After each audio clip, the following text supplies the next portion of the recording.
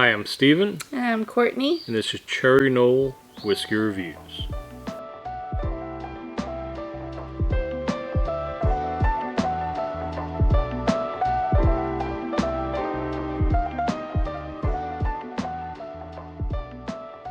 Today we are doing a special bottle from last year that is going to be Russel's Reserve Single Rickhouse. For 2023, it was Camp Nelson F, matured on floors 4 and 5.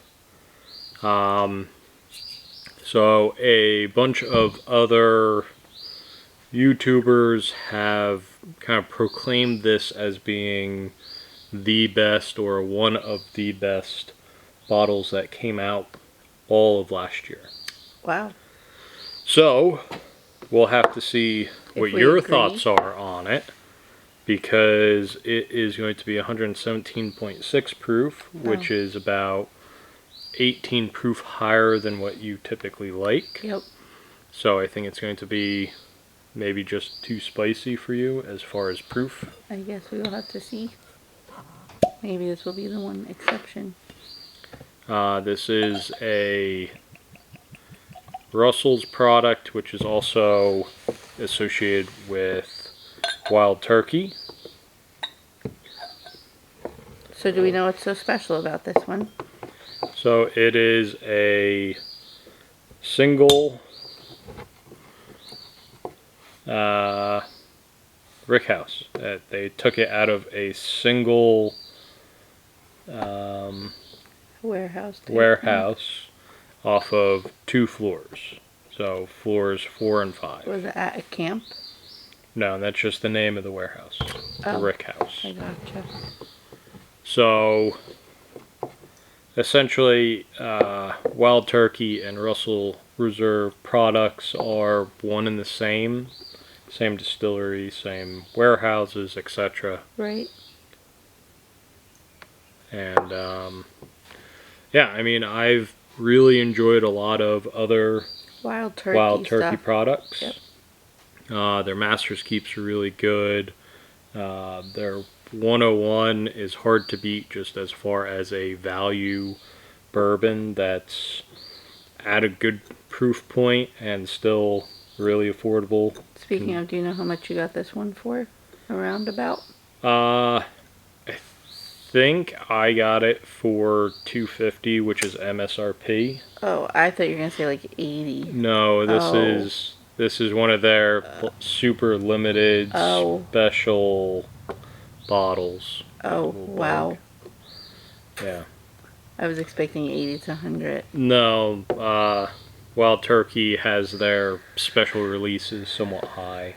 Like the Master's Keeps are about 250. Yeah, about that 250 now. Because I was with you for the one, so about 250. Right.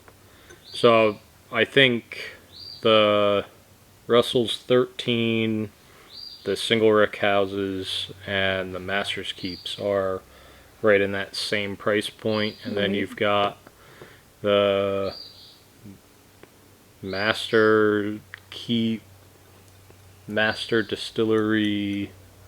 Distiller blend, which I think that was MSRP of like 500. Oh.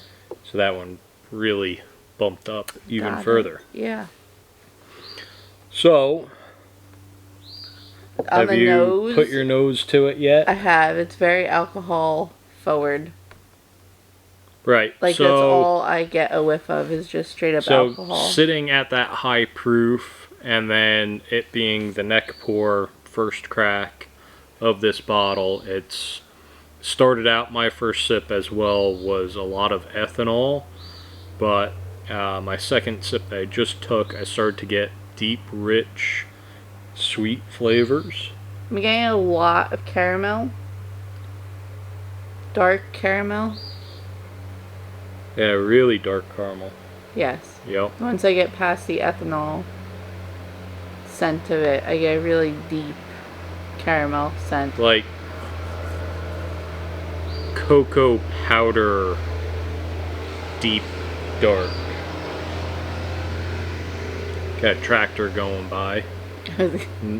nice out, so we've got all the doors and windows open.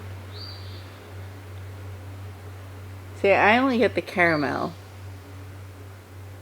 Yeah, so for me, that like initial sweetness, it starts off like the very first bit is that same like berry sweetness, but it's very short.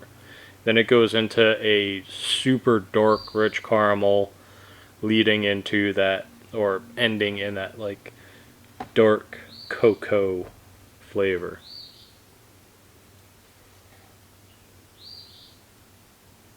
Cocoa, or maybe even like a coffee bean.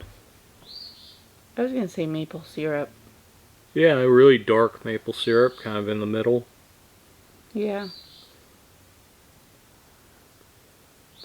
Okay, I can't smell anymore. This is gonna burn any nose hairs I have out. Ready to take a sip? Yes. I have a feeling I'm not going to like this, but... No, I think it's going to be a bit much for you. It might be right about where I like it, though. But yeah, I think the dark, rich flavors are going to be really good, and not It's not bad. lackluster. After that first taste, I would not guess it to be 117 or 118 at all. Yeah, really smooth. Like, yes, there was a lot of ethanol and alcohol, like, scent coming from it, but taste-wise, it's not there. And this is almost too easy to drink. Yeah, it is so much flavor. Yeah.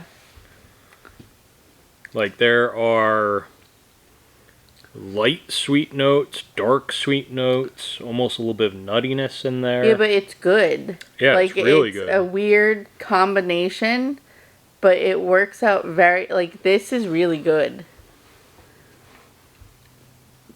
Are you sure it's 117 or 18, whatever? Yeah, 117.6. Yeah, so it starts off with, like, dark fruit flavors. Yes. And then goes into It goes into a little bit of like a creme brulee caramel. Right. And then immediately to the dark chocolateness that you were talking about. There's not much oak going on. Not much woody. In the very end, in the finish, is where you start to get a little bit of dry oak. Not as much as like the 1792s where the 12-year was more oaky or tannicky. Like when it went down my throat, you could taste the oakiness. This one, like you said, there might be a little bit there, but it's not like, oh hey, I'm oak. Yeah, it's extremely sweet, full-bodied, really pleasant. It's got a little bit of warmth, but you're not having a hard time drinking it. It's super smooth. That kind of cocoa that leads into that finish kind of blends with that oak really nicely. To be honest with you, it tastes almost, because this is what I'm picturing, almost like butterscotch pudding. With, if that went with fruit, you'd put like raspberries and like blackberries with it, with a little bit of whipped cream. That's currently a little bit of creaminess. Right, that currently is what I envision food-wise. Like if I convert this into a food, right, that is what I have envisioned. Yeah, it's a dessert drink. But for 117, I can't taste the alcohol like I have on the others. It's really smooth considering the proof point. I could drink this easily as a sipping whiskey. Oh, are we going to do a little dollop of water? I am. I would like to as well. I'm curious to see if anything is... Get any there. Ooh, I am not getting a good seal. There you go. Is going to be brought out with a couple drops of water. Don't need that. Give that to you. There was my one drop onto my leg.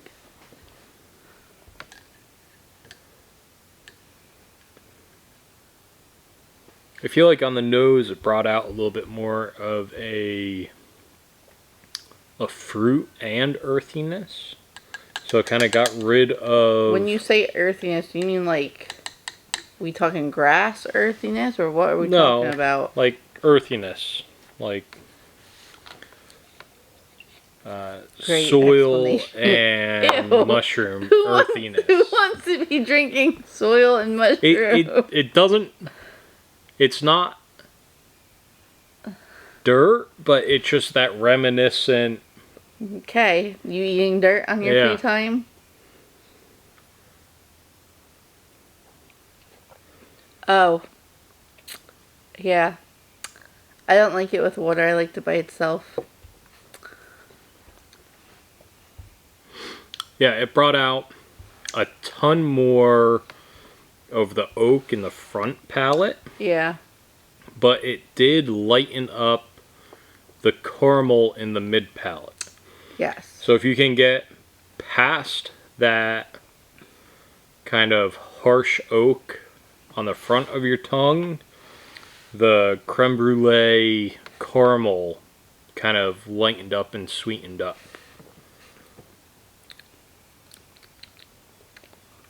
Very interesting.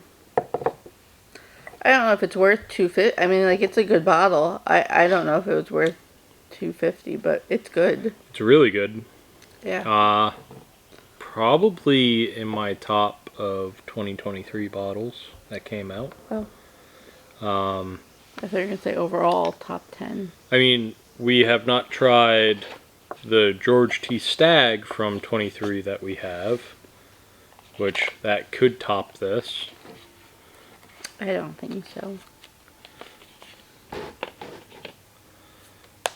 But, I mean, as far as a wild turkey product goes, definitely, yeah, definitely a very high top for me. I would agree.